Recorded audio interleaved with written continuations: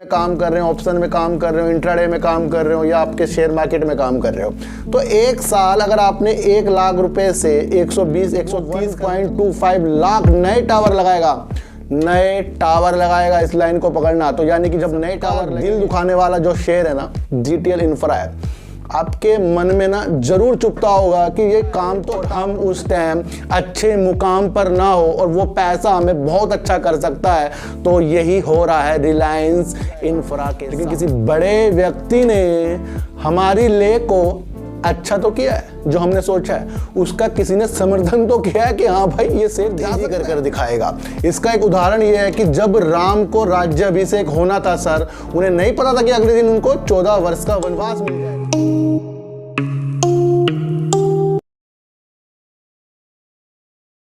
नमस्कार, मैं स्वागत करता हूं आपका अपने ही चैनल पर जिसका नाम है सार्थक बाजार से।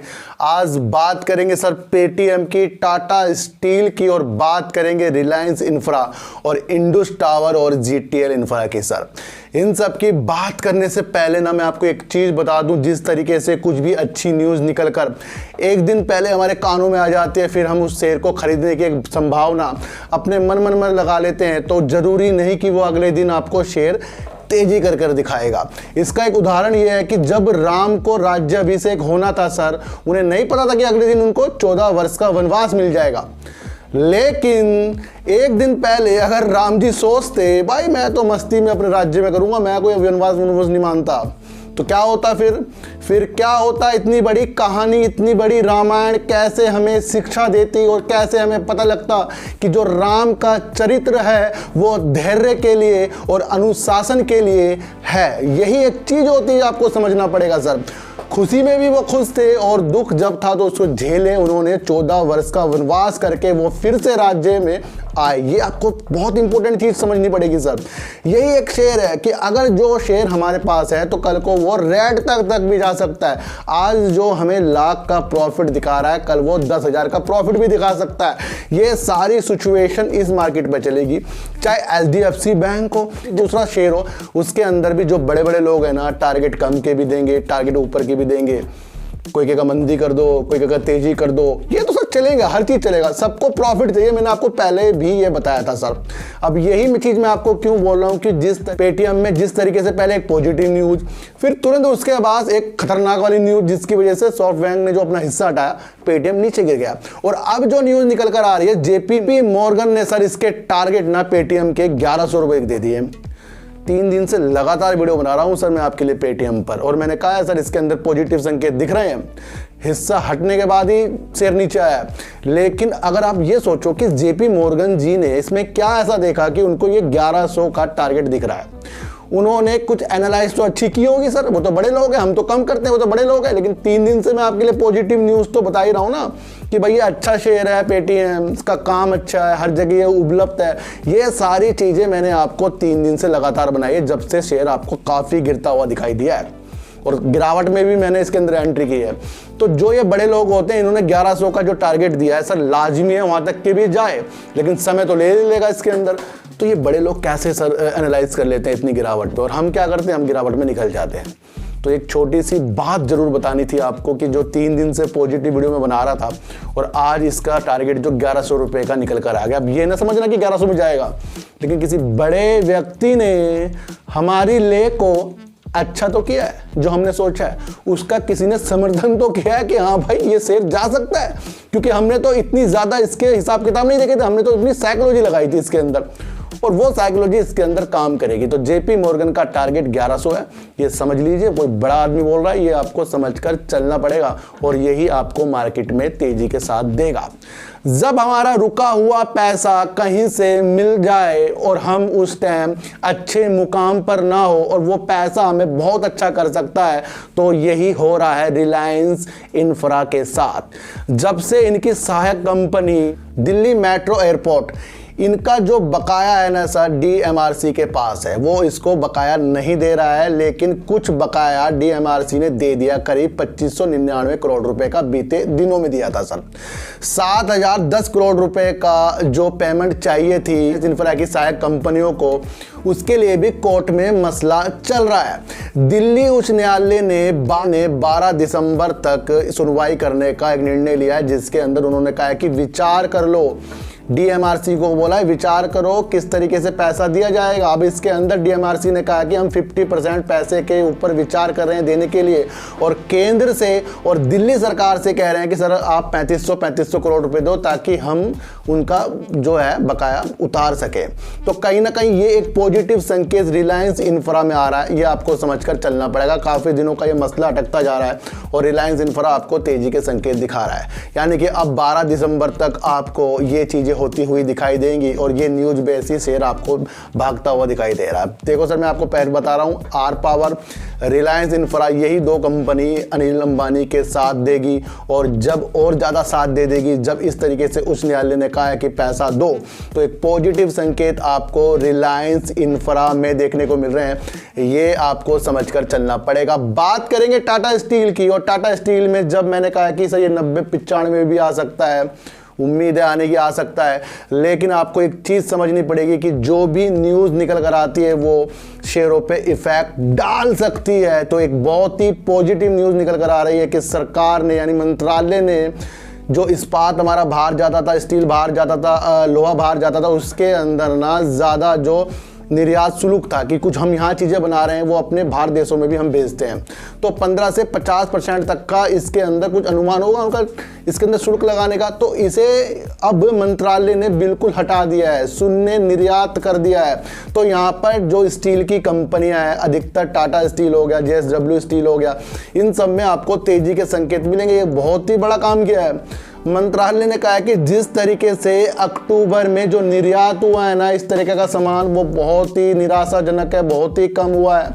अब ये कुछ उपाय कर रहे हैं और इस उपाय से ये टाटा स्टील हो या कोई सी भी कंपनी हो, उनके अंदर रौनक आना अनिवार्य हो जाएगा, क्योंकि जो निर्यात शुल्क हटा है ये बहुत ही पॉजिटिव न्यूज़ है। ये आपको इफेक्ट डालते हुए दिखा सकती है। तो शुल्क जब हट जाता है किसी चीज़ में, जब हम कुछ पैसे देते हैं वो हट जाता है, तो वो पैसा बच जाता है। तो यहाँ पर स्टील वाली कंपनियों के लिए पॉजिटिव संकेत आ रहे हैं। वैसे भी आपको पता है कि 6 कंपनियों को अपने साथ मिलाकर टाटा ने टाटा स्टील को बनाया और वो ज़्यादा से ज़्यादा वर्क अच्छा करेगी। ग्रीन स्टील के लिए भी ये वर्क कर रहा है, और जिस तरीके से यूके के जो प्रधानमंत्री, मैंने आपको पहले भी बताया था, वो जिस तरीके से भारत का सहयोग देंगे, तो वहाँ पर भी इस कंपनी का बहुत ही अच्छा होने वाला है। तो बहुत ही पॉजिटिव न्यूज़ निकल कर आ गई। निर्यात शुल्क है ना हटा दिया गया है, ये पॉइंट टू पॉइंट आपको समझना पड़ेगा सर।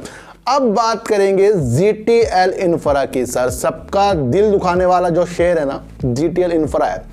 आपके मन में ना जरूर चुभता होगा कि ये काम तो टावरों में कर रहा है, लेकिन जिस तरीके से ये सेल भी खराब कर देता है, जिस तरीके से ये अपना एक्सपेंस भी ज़्यादा कर देता है, जिस तरीके से इसका शेयर प्राइस ही 2 रुपये के नीचे ही घूम रहा है, तो क्या ऐसी उम्मीद लगा लें इससे कि हमें अच्छा करके जाए।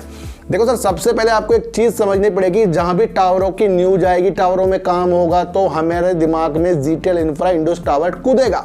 वो क्यों कूदेगा? क्योंकि दोनों ही टावरों में ज़्यादा काम करते हैं, और इंडस टावर तो बहुत ही अच्छा काम करता है। वो संचालन भी करता है, टावर भी लगाता है और रख रखाव का भी काम करता है। तो यहाँ पर इंडस टावर बहुत ज़्यादा, और GTL इंफ्रा में थोड़ी उम्मीद BSNL के कदमों से मिल सकती है, क्योंकि BSNL ने कह दिया है कि वो 1.25 लाख नए टावर लगाएगा इस लाइन को पकड़ना। तो यानी कि जब नए टावर लगेंगे तो जो टावर वाली कंपनियां हैं उस पर तो हमारा विशेष ध्यान जाना चाहिए। अब जब ये इतना बढ़िया काम करेगा टावरों में, तो वहाँ पर GTL में रंगीनता और आपका इंडस टावर में रंगीनता देखने को मिल सकती है। आपको ये सोचना पड़ेगा कि 1400 जो ग्रामीण क्षेत्र हैं, ग्रामीण जो गाँव हैं, वहाँ पर अभी 4G नहीं गया है, तो उसके लिए ये कठिन परिश्रम कौन कर रहा है? BSNL कर रहा है सर। वो 1.25 लाख लाख टावर लगाने के लिए योजना बना रहा है। बहुत ही पॉजिटिव संकेत हैं सर। जनवरी 2023 में ये अपना 4G ले आएंगे और अगस्त 2023 में ये 5G के लिए वर्क करेंगे। तो कहीं ना कहीं यहाँ पर हमें बहुत ही पॉजिटिव संकेत देखने चाहिए सर। ज़्यादा से ज़्यादा ये 4G जब BSNL लाएगा, फिर टावर लगेंगे और ये अधिकतर अपने सब्सक्राइबर को खींचेगा अपने तरफ, जरूर खींचेगा, क्योंकि सरकारी कंपनी है। तो ये कहीं ना कहीं आपको उस वैल्यू पे रिचार्ज उपलब्ध कराएगी जो आसानी से कोई गरीब भी उस सिम को लेकर सेवाएं ले सकता है। तो यही एक मकसद है सरकार का कि 3 तो प्राइवेट रहेंगी और 1 सरकारी रहनी चाहिए सर। होना भी ऐसी चाहिए सर, एक के ऊपर बिल्कुल भी डिपेंड हमें बिल्कुल भी नहीं रहना चाहिए। तो बहुत ही पॉजिटिव न्यूज़ निकल कर सर ये आ रही है कि जिस तरीके से इंडस टावर और GTL टावर में काम करेंगे तो हमारी जो दृष्टि वहाँ पर जा रही है। लेकिन फिर भी GTL इंफ्रा से हमें कोसों दूर रहना चाहिए सर। ये क्या चक्कर है, जब न्यूज़ निकल कर आती है ना तो हमने एक अभिलाषा बना ली कि GTL अमीर करेगा। तो वो अमीर वाली अभिलाषा हटाओ, काम वाली अभिलाषा लगाओ कि हाँ भाई अगर मैंने इसके अंदर 500,000 शेयर लिए वो ही हमें अमीर कर सकते हैं। ज़्यादा शेयर हमें कभी अमीर नहीं करेंगे सर। मैं आपको बता, देखो न्यूज़ आई है, न्यूज़ तो बताना मेरा कर्तव्य है कि भाई ये न्यूज़ है, टावर से संबंधित है। लेकिन हमारा जो पैसा भी तो सबसे वैल्यूबल होता है, क्योंकि पैसा अगर हमारा धीरे धीरे कम होता गया तो कहीं ना कहीं आपको ये समझना पड़ेगा वो हमें मेंटली तौर पर डिस्टर्ब कर देता है। और ये आपको देखना पड़ेगा कि इंडस टावर पे आपको दिमाग लगाना है। जो अच्छा शेयर है, अच्छे से ये अपने को ऊपर जाता हुआ भी दिखाई दे रहा है। तो कहीं ना कहीं इंडस टावर में यहाँ पर ज़्यादा मजबूती आ रही है और 10% मुझे GTL इंफ्रा लग रहा है। तो 90% मुझे इस न्यूज़ से इंडस टावर अच्छा होता हुआ दिखाई देगा सर। एक चीज़ आपको और बताऊं बीच में सर, कि बहुत से लोग जो है नए लोग हैं कि सर हम ना 50,000 इन्वेस्टमेंट करेंगे अपने शेयरों के लिए। हम नए, हमें ज़्यादा पता नहीं है। चलो आप 10 से करो सर, 50 से करो या 1 लाख से करो।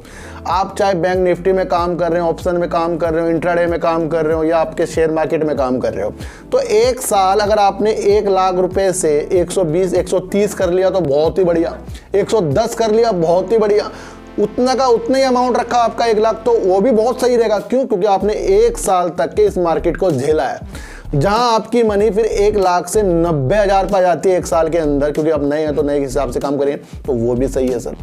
आपकी मनी 1 लाख से 80,000 पर आ जाती है ना सर, वो भी सही है, क्योंकि जब आपने सीखा भी तो, जब सीखते तो कुछ नुकसान तो हो गई। लेकिन आपकी मनी 10,000 ही बचे 1 लाख में से, वो भी 3 महीने में आपने 1 लाख में से 90,000 खत्म कर दिए, 10,000 बचे ऑप्शन ट्रेडिंग कर करके, तो वो बिल्कुल भी जायज़ नहीं है। तो समझ लेना चाहिए कि हमें मार्केट में और सीखना है। आपका पैसा सबसे ज़्यादा सेफ होना चाहिए, वो तो पैसा फिर कमाएगा। अब 1 लाख लगा के 80,000 भी हो गया तो तब भी ठीक है, क्योंकि आपने सीख रहे हो। लेकिन 1 लाख लगाकर आपके हाथ में 10,000 बच रहे हैं, कुछ नहीं बच रहा है, फिर हमें सुधार करने की उम्मीद बढ़ जाती है। इन्वेस्टिंग में आप अगर काम करोगे, कोई से भी शेयरों को लोगे, 2 महीने बाद बेच दोगे, 3 महीने बाद बेच दोगे या साल भर बाद बेचोगे, या कई शेयर लोगे 1 लाख के, तो वो भी एक वैल्यूबल आपकी अमाउंट बन जाएगी जो आपको सिखा रही है इस मार्केट में। उतार चढ़ाव ही हमें मजबूत करेंगे और न्यूज़ जो आएगी वो आपको देखने की दृष्टि बदलेगी। तो BSNL के वर्क से sir GTL infra Indus tower में बाहर आने की उम्मीद बढ़ रही है। और DMRC से जिस तरीके से पैसा रिलायंस को मिलने वाला है, वो आपको 12 दिसंबर को एक सुनवाई होनी है, जिसके अंदर सर DMRC क्या बोलता है कि वो किस तरीके से पैसा देगा सर। टाटा स्टील यहाँ पर इतना मजबूत हो रहा है कि जिस तरीके से निर्यात शुल्क को हटा दिया गया, ये भी एक पॉजिटिव संकेत। और पेटीएम में जिस तरीके से मॉर्गन जी ने 1100 के टारगेट दिए हैं, वो भी कुछ सोच समझ के दिए होंगे। तो इसलिए हमारी जो साइकोलॉजी है सही काम कर रही है। इसी साइकोलॉजी में हमें आगे जाकर और अच्छा करने की उम्मीद है और हमें अच्छा पैसा कमाने की उम्मीद है। तो सर चींटी को हटा दीजिए, गाय को रोटी दीजिए और अपने बच्चों को ज़्यादा से ज़्यादा प्यार कीजिए, क्योंकि बच्चे ही आपकी मासूमियत से किस्मत पलटेंगे। तो फिर मिलेंगे आपसे नए वीडियो के साथ, जब तक के लिए नमस्कार।